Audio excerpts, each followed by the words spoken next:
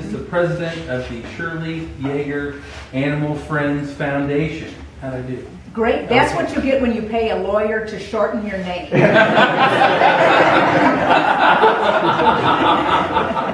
Ann, I'd love to hear about Paws and Claws. I didn't know I was going to be speaking, and if I have advance notice, I'm usually shorter than when I'm impromptu, so please excuse me if I ramble some. It's been 17 years since we started as an organization, originally as Friends of the Fort Scott Animal Shelter.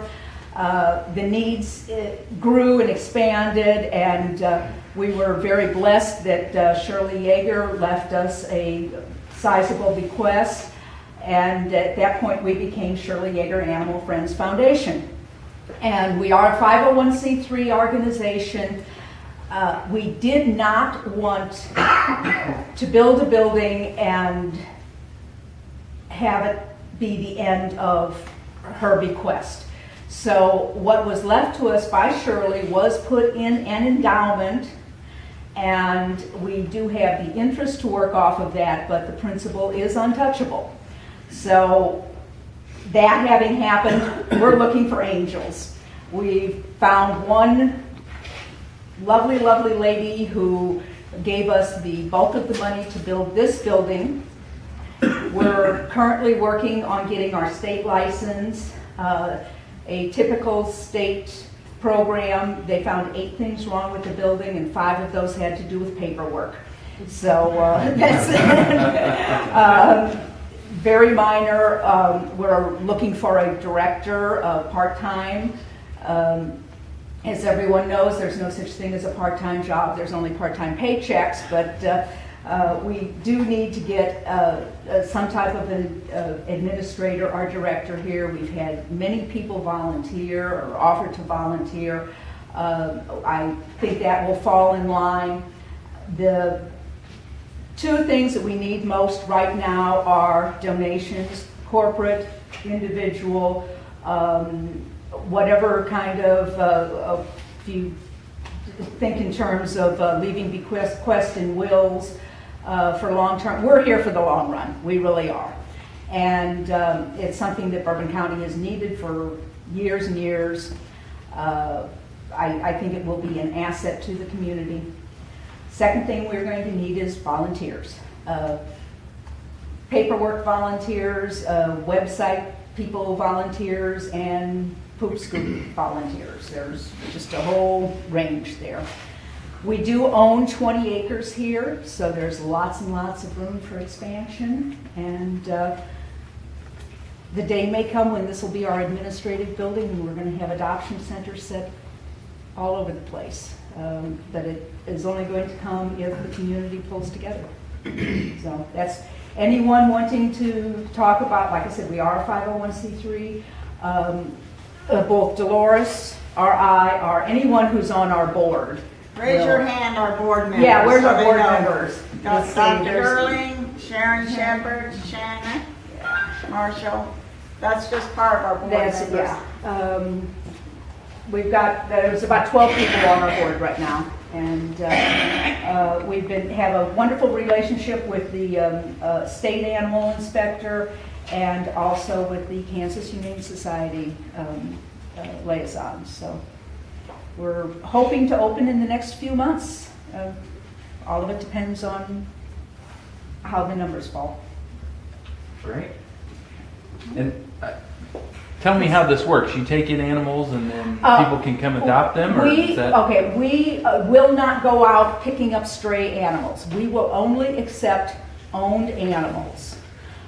So somebody comes in and says, somebody dumped this dog at my farm, which, you know, as rare an occasion as that may be, it does happen once in a while. And, then, in that case, it is classified as a stray because the people are, not admitting to ownership. But we will take it in. We will be a no-kill shelter, which in reality usually ends up being a low-kill shelter. Somebody brings in a 18-year-old dog with heartworms, that's a whole different story from the mother and puppies. But the animals that are here, we will own. And they can be adopted out.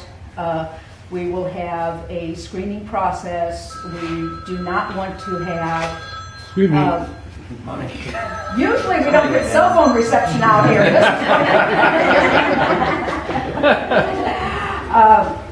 But we do not want to do on-the-spot adoptions, so that there will probably be like a 24-hour waiting period. We're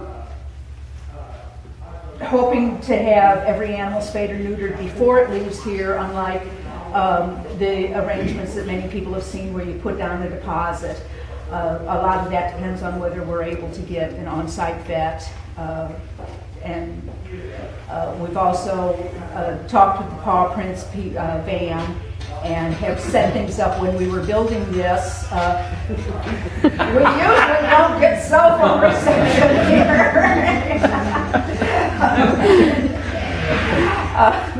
But we may be able to put ourselves on the Paw Prints circuit.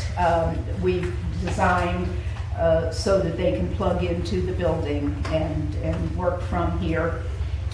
I don't know what else. Are there any questions? Did you tell about your calendars? We have calendars for sale. We did a fundraiser late last year in time for people who wanted to do family Christmas cards, and there are some calendars sitting up on the front table, right next to the donation jar, actually. That's they're all local animals. They're local people with their pets or just their pets that came out here, and this is the area where the photos were taken, and Merle Humphrey did the photography on it.